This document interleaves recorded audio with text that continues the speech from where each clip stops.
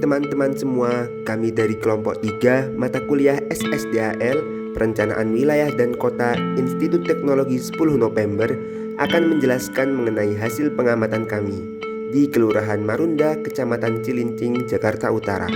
Bagaimana sih kondisi di Kelurahan Marunda? Yuk mari disimak videonya. Kelurahan Marunda yang juga dikenal sebagai tempat kelahiran Si Pitung, pahlawan dari cerita rakyat Betawi. Kelurahan dengan luas 792 hektar ini berbatasan langsung dengan Laut Jawa dan merupakan wilayah paling ujung dari Jakarta Utara. Adapun detail batas-batas wilayah Kelurahan Marunda sebagai berikut. Pertama, sebelah timur berbatasan dengan Desa Segara Makmur, Kecamatan Tarumajaya, Kabupaten Bekasi, Provinsi Jawa Barat. Di sebelah utara berbatasan dengan Laut Jawa. Di sebelah selatan berbatasan dengan Kelurahan Sukapura dan Kelurahan Rorotan, dan di sebelah barat berbatasan dengan Kelurahan Cilincing. Menurut data dari Badan Pusat Statistik, kelurahan ini memiliki jumlah penduduk sebesar 36.342 jiwa. Selain itu, kelurahan ini memiliki Sekolah Tinggi Ilmu Pelayaran dan kawasan berikat Nusantara Marunda. Untuk menuju ke Kelurahan Marunda menggunakan transportasi umum, kita dapat berhenti di Stasiun Kusun Marunda atau dapat turun di Stasiun Bulak Turi. Kelurahan Marunda memiliki bentuk topografi yang relatif rendah dengan ketinggian 0 sampai 2 meter di atas permukaan laut dan memiliki kemiringan lereng yang hanya berkisar 0 sampai 2%, sehingga masuk ke klasifikasi topografi yang datar atau landai. Hal ini mengakibatkan wilayah Marunda sering mengalami banjir yang dikarenakan curah hujan tinggi ataupun akibat pasang air laut. Setelah kami melakukan observasi, sebagian besar Kelurahan Marunda terdiri dari tanah daratan hasil dari pengerukan rawa-rawa. Jenis tanah adalah aluvium pantai bercampur dengan pasir sepanjang pematang pantainya. Pasir pematang berupa pasir halus, andesit, lepas, dan mengandung pecahan karang dan daya dukung kecil sampai sedang. Dengan jenis tanah yang telah disebutkan, lahan yang ada kebanyakan digunakan untuk kegiatan tambak, pertanian, dan tempat wisata. Contohnya Rumah Si Pitung. Menurut data yang kami dapatkan dari BPS Jakarta Utara, jumlah penduduk yang ada di Kelurahan Marunda sebanyak 36.342 jiwa dengan kepadatan penduduk sebesar 4.588,64. Maka, dapat diklasifikasikan Kelurahan Marunda sebagai daerah padat penduduk. Dengan seiring bertambahnya pertumbuhan penduduk di kawasan pesisir Teluk Jakarta, maka akan mengakibatkan kebutuhan lahan di kawasan tersebut semakin meningkat. Pemanfaatan wilayah pesisir dengan mengalihfungsikan lahan yang awalnya diperuntukkan untuk lahan mangrove tetapi dialihfungsikan untuk permukiman karena kepadatan penduduk semakin tinggi. Hal ini akan menyebabkan degradasi lahan pembangunan rumah susun untuk merelokasi penduduk yang sebelumnya berada di kawasan pantai berpindah menjadi di kawasan rumah susun. Untuk mengetahui kesesuaian lahan, diperlukan penganalisisan neraca lahan. Kegiatan pemanfaatan lahan yang dilakukan masyarakat di Kelurahan Marunda antara lain pertanian dan juga tambak. Yang pertama adalah analisis pertanian. Wilayah Marunda memiliki lahan pertanian seluas 25 hektar. Jenis tanaman yang ditanam pada lahan tersebut adalah padi dengan varietas Impari 32 dan Mekongga. Dalam sekali panen, para petani dapat menghasilkan padi dengan rata-rata 6,5 ton per hektar. Hasil produksi padi ini sangat mencukupi kebutuhan pangan masyarakat di Marunda. Yang kedua adalah analisis tambak. Luas tambak di Kelurahan Marunda seluas 15 hektar dengan budidaya antara lain ikan bandeng, ikan mujair, udang windu, dan kerang hijau. Dalam pemenuhan air, tambak bandeng di Kelurahan Marunda memanfaatkan sumber air laut.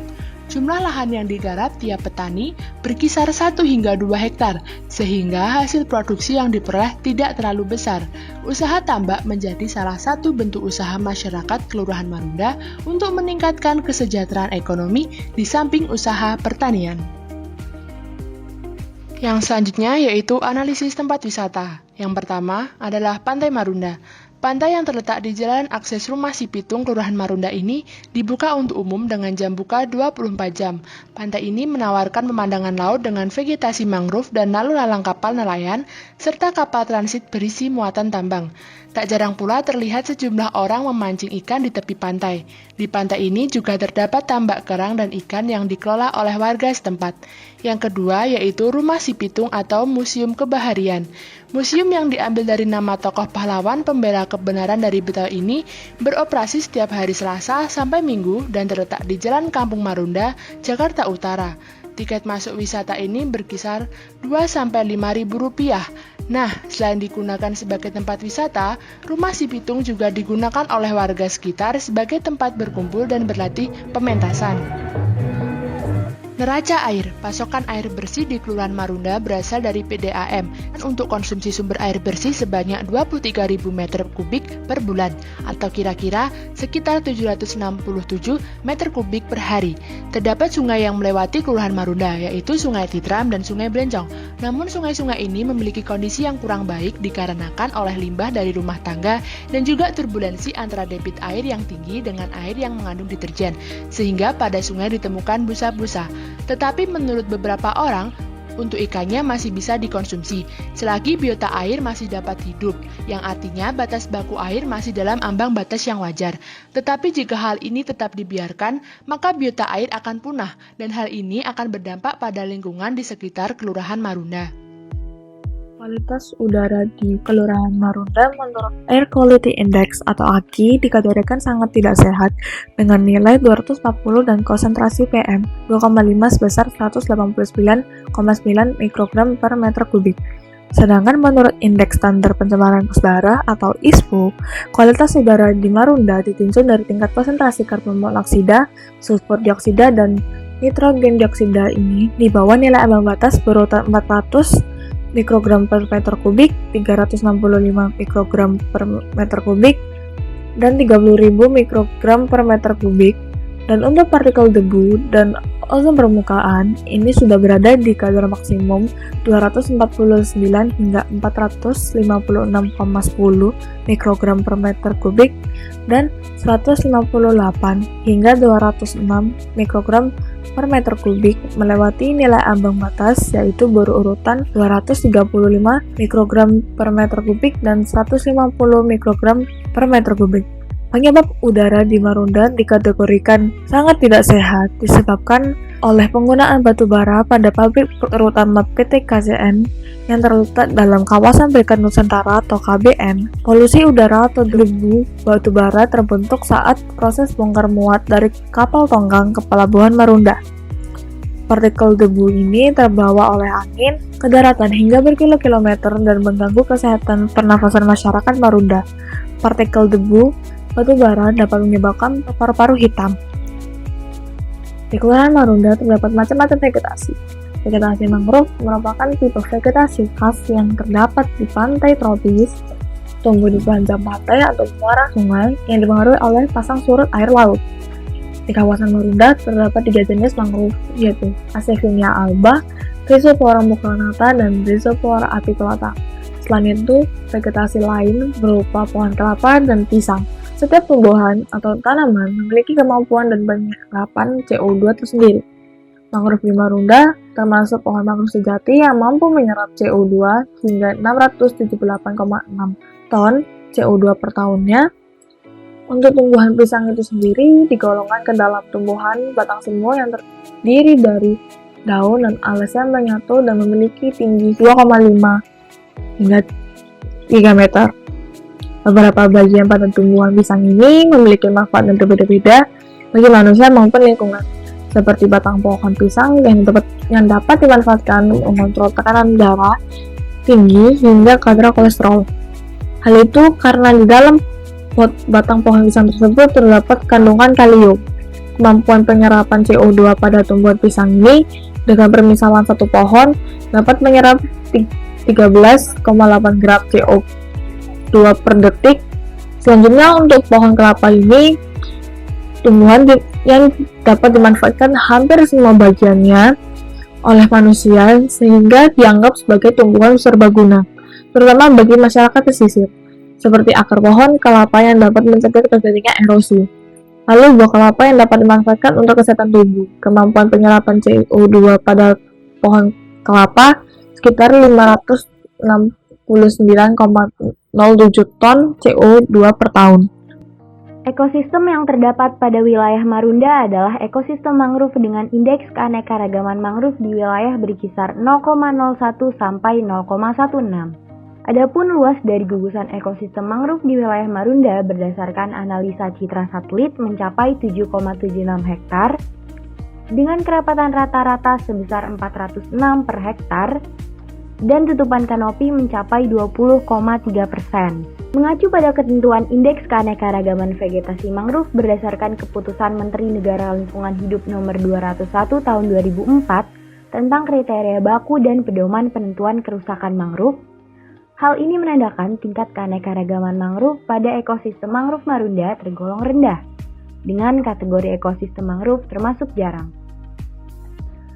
Karakteristik jenis mangrove pada ekosistem Marunda yang pertama adalah mangrove jenis Avicenna alba yang umumnya ditemukan jauh dari wilayah salinitas tinggi, diameter batangnya bisa mencapai 40 cm dengan ketinggian 4 meter, dan merupakan salah satu mangrove yang menjadi pionir untuk melindungi mangrove di belakangnya dari gelombang air laut karena memiliki sistem perakaran yang kompleks. Yang kedua dari Rhizopora mucronata, umumnya menyukai habitat yang tergenang pasang air laut dan berada di sekitar muara sungai dekat dengan aliran air yang tenang dan persediaan air tawarnya tercukupi. Jenis ini dapat mencapai tinggi maksimal 20 meter dengan diameter maksimal 70 cm. Yang ketiga, Rhizopora apiculata, pada umumnya maksimal ketinggian dapat mencapai 30 meter dengan diameter batang mencapai 50 cm. Memiliki perakaran yang khas, maksimal mencapai ketinggian 5 meter dan kadang-kadang memiliki akar udara yang keluar dari cabang. Keanekaragaman serta sebaran jenis-jenis mangrove ini bergantung pada frekuensi arus pasang, salinitas tanah, air tanah, dan suhu air. Secara ekologis, ekosistem mangrove berfungsi bagi biota perairan seperti ikan, udang, dan kerang-kerangan sebagai tempat mencari makan, memijah, memelihara, dan berkembang biak biota perairan. Selanjutnya, kualitas air pada ekosistem mangrove Marunda sebagai berikut. Pada Pantai Marunda terdapat beberapa aktivitas masyarakat seperti pencarian ikan dan juga kerang laut, serta terdapat pula aktivitas kapal-kapal yang beroperasi menangkap ikan. Kapal-kapal yang beroperasi ini menggunakan alat tangkap seperti bagan tancap, jaring rampus atau gillnet, dan juga sero. Selain alat tangkap pasif, terdapat juga raket budidaya kerang hijau yang jumlahnya cukup banyak dan juga mengelompok. Kemudian terdapat pula alat tangkap aktif dominan yang melakukan kegiatan penangkapan menggunakan jaring rajungan, arat, dogol, dan mini trawl dengan berbagai modifikasinya. Pada kawasan perairan Marunda terdapat komoditas laut yang biasanya dikonsumsi ataupun diperjualbelikan oleh masyarakat sekitar. Yang pertama adalah ikan-ikanan. Ikan-ikanan ini terbagi menjadi dua kelompok. Ada ikan pelagis dan juga ikan demersal. Ikan pelagis dibagi lagi menjadi dua, yaitu ikan pelagis kecil dan ikan pelagis besar. Ikan pelagis kecil yang ada di perairan Marunda berupa ikan ketang-ketang dan juga ikan ekor kuning. Lalu ikan pelagis besar yang ada di perairan ini ada ikan tuna dan ikan cakalang. Dan yang terakhir ada ikan demersal. Ikan demersal sering juga disebut sebagai ikan yang memiliki nilai ekonomis yang tinggi, yaitu meliputi ikan kakap, ikan kerapu, ikan petek, dan juga ikan bawal. Nah, dari sini dapat kita simpulkan bahwa pada perairan Marunda terdapat lebih banyak jenis ikan demersalnya daripada ikan pelagisnya. Selain ikan-ikanan, terdapat juga komoditas laut non-ikan, yaitu berupa kerang-kerangan, udang, cumi, dan juga sotong. Struktur armada penangkapan di perairan Marunda didominasi oleh armada perikanan skala kecil dengan menggunakan kapal motor. Hasil identifikasi selama survei didapatkan informasi mengenai perkembangan alat tangkap di Marunda yang berbasis di TPI Cilincing. Ngomong-ngomong tentang TPI, kalian tahu gak sih kepanjangan dari TPI? TPI adalah singkatan dari tempat pelelangan ikan. TPI yang kita tuju ada di TPI Cilincing yang berdempetan dengan Marunda. Menurut BPS pada tahun 2019, TPI Cilincing berhasil memproduksi lebih dari 1,4 juta kilogram ikan dengan total nilai lebih dari 47 miliar.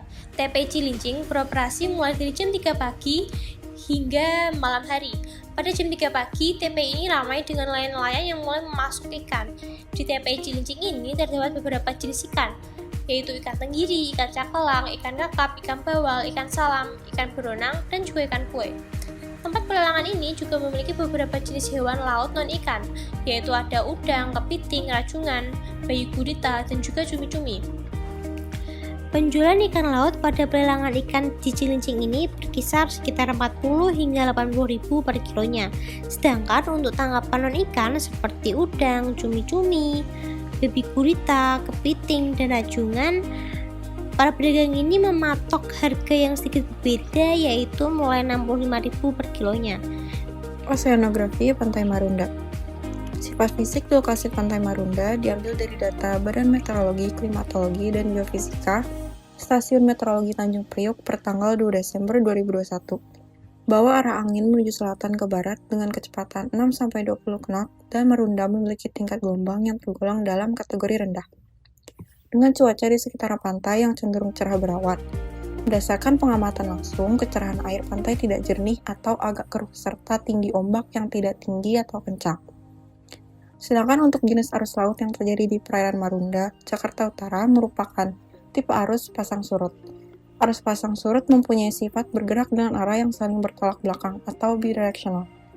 Pasang surut yang terjadi pada perairan Marunda mempengaruhi pergerakan massa air, karena perairan Marunda merupakan jenis perairan teluk.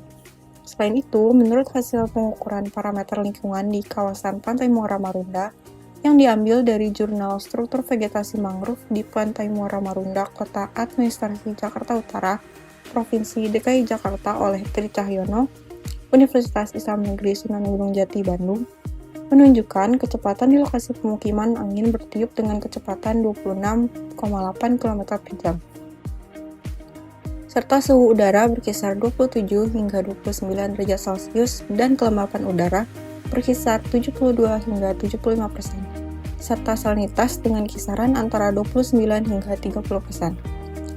Pada perairan Pantai Marunda sendiri, gelombang berbelok dan mengalami perubahan arah karena adanya perubahan kontur kedalaman. Pada perairan tersebut, gelombang cenderung mengalami penyebaran atau diferensi di mana perubahan arah gelombang karena refraksi menghasilkan konvergensi, penguncupan, atau penyebaran energi gelombang yang terjadi di suatu tempat di daerah pantai. Menurut penelitian batimetri dan geomorfologi, menggunakan simulasi sand transport sedimen dengan bantuan perangkat lunak My21 didapatkan volume sedimen sebesar 5,083 kali 10 pangkat min 3 meter kubik per 15 hari di Pantai Marunda. Faktor penggerak sedimen seperti angin, gelombang, pasut, dan arus mempengaruhi bagaimana pergerakan transport sedimen ini terjadi. Kantor Menteri Negara Kependudukan dan Lingkungan Hidup menyebutkan bahwa kasus kerusakan kondisi lingkungan parah terjadi di Marunda. Kasus tersebut terjadi sebagai akibat pengambilan material pantai untuk pembangunan Stadion Senayan dan pembangunan jalan bypass, sehingga mengaktifkan erosi pantai sebesar 57,7 meter antara tahun 1963 hingga 2011. Pengambilan cakang krasostri di daerah makmur di sebelah timur Marunda menambahkan aktifnya erosi di Marunda tersebut, seperti antara tahun 1909 hingga 1986. Marunda masih terjadi erosi pantai dengan kecepatan 3,6 meter per tahun dan di Segara Makmur dengan laju 10,7 meter per tahun. Sedimen yang ada di Pantai Marunda berjenis pasir dengan diameter ukuran butir berkisar antara 0,19 hingga 0,35 mm. Sedimentasi di area lokasi sangat kecil, sehingga hal ini dapat dikatakan baik karena dalam membangun suatu dermaga, faktor sedimentasi merupakan salah satu hal yang penting untuk ditinjau hingga nantinya ketika dermaga mulai beroperasi tidak akan terjadi permasalahan seperti pendangkalan yang cepat dan sebagainya.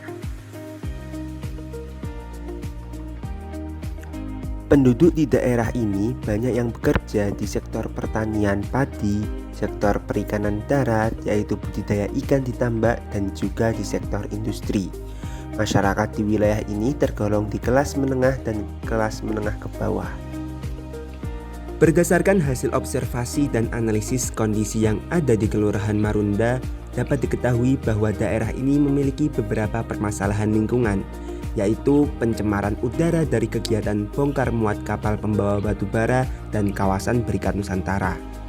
Kedua, adanya banjir rob dan degradasi lahan akibat tingginya curah hujan dan gelombang laut yang mengakibatkan adanya abrasi di pesisir.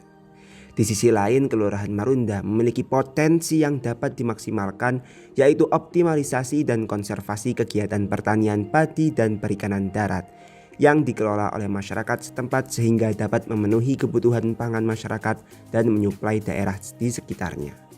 Kami juga merekomendasikan agar pemerintah membantu masyarakat untuk mengembangkan kegiatan pertanian dan perikanan dengan memberikan pelatihan dan bantuan dana secara langsung. Selain itu, pemerintah dan pihak swasta yang memiliki kegiatan industri di kelurahan tersebut untuk memastikan kegiatan yang dilakukan tidak merusak lingkungan di wilayah sekitarnya. Sekian pemaparan hasil analisis dari kelompok kami. Terima kasih. Wassalamualaikum warahmatullahi wabarakatuh.